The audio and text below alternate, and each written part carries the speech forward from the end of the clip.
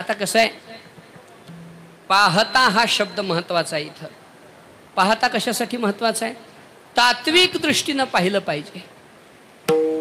विज्ञानाच्या दृष्टीनं संतांकडे पाहावं का पाहू नये? अहो महाराज, विज्ञान खूप अलीकडची गोष्ट आहे. संत खूप त्याच्या पुढे आहेत. काही माणसं आपल्या मोजपट्टीनं संतांना मोजतात. शास्त्री बाबा त्या दिवशी सांगत होते, आपल्या मोजपट्टीनं संतांना मोजून भागत नाही. हे खूप महत्वाचं वाक्य आहे. हे खरंच आहे. आणि माणसं जीवाच्या पट्टीनं संतांना मोजतात. स्थूल देह इथंच ठेवावा लागतो, वैकुंठाला जाऊच शकत नाही. आता वसंत गडकराला कोण सांगावं? अरे बाबा, तुमच्यासारखं तुकोबारा काय पैसे घेऊन कीर्तन करीत होते का? कीर्तन वादळामुळे कॅन्सल झालं तर आमचं नारळ पाठवा म्हणत होते का तुकोबारा? अशा माणसांनी तुकोबाराविषयी बोलावं. आणि ते देहच घेऊन कस काय गेले, गाथा बुडेलच कसा, तरेलच कसा. आता अशा माणसांनी जर ठेवला तर 5 मिनिटात शाई विरघळून जाईल. ही लायकीच आहे आपली. पण तुकोबा तो तर पुरुषार्थ आहे ना तुकोबारायांचा. आपण 5 मिनिट पाण्यात वही ठेवली तर शाई राहत नाही. पण तुकोबारायांचा तोच पुरुषार्थ आहे की 13 दिवस राहूनही कोरडी निघाली. हाच तर पुरुषार्थ आहे संतांचा. हे विज्ञानाच्या चौकटीत बसवत बसायची गरज नाही. विज्ञानाच्या अतीत असणारं संत जीवन आहे. सापडत नाही ते विज्ञानाच्या. विज्ञान बदलणार आहे. त्या दिवशी महादेव बाबा सांगत होते, राऊत बाबा, की विज्ञान बदलत राहतं, त्याचा सिद्धांत कायम नाही.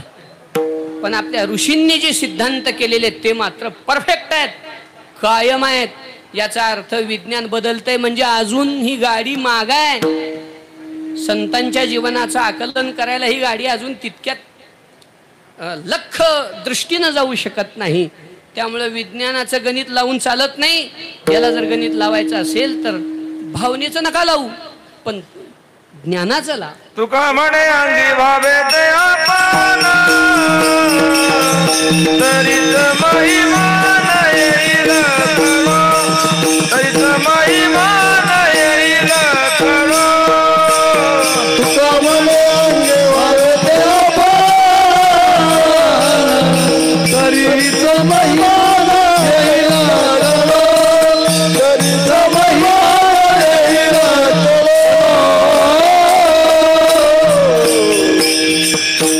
तुका म्हणे अंगी व्हावे ते आपण.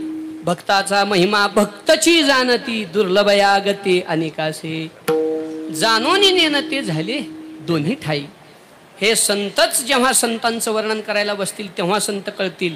जसं देवाचं वर्णन आहे स्वसंवेद्य, परमात्मा हा स्वसंवेद्य आहे, तसं संत सुद्धा स्वसंवेद्यच आहेत. संत कळायसाठी संतच व्हावं लागेल. त्याच्याशिवाय संतांची महिमा आपल्या बुद्धीत येणार नाही. कारण गगनम गगनाकारम सागरम सागर राम रावण योर युद्धम राम रावण योर योर.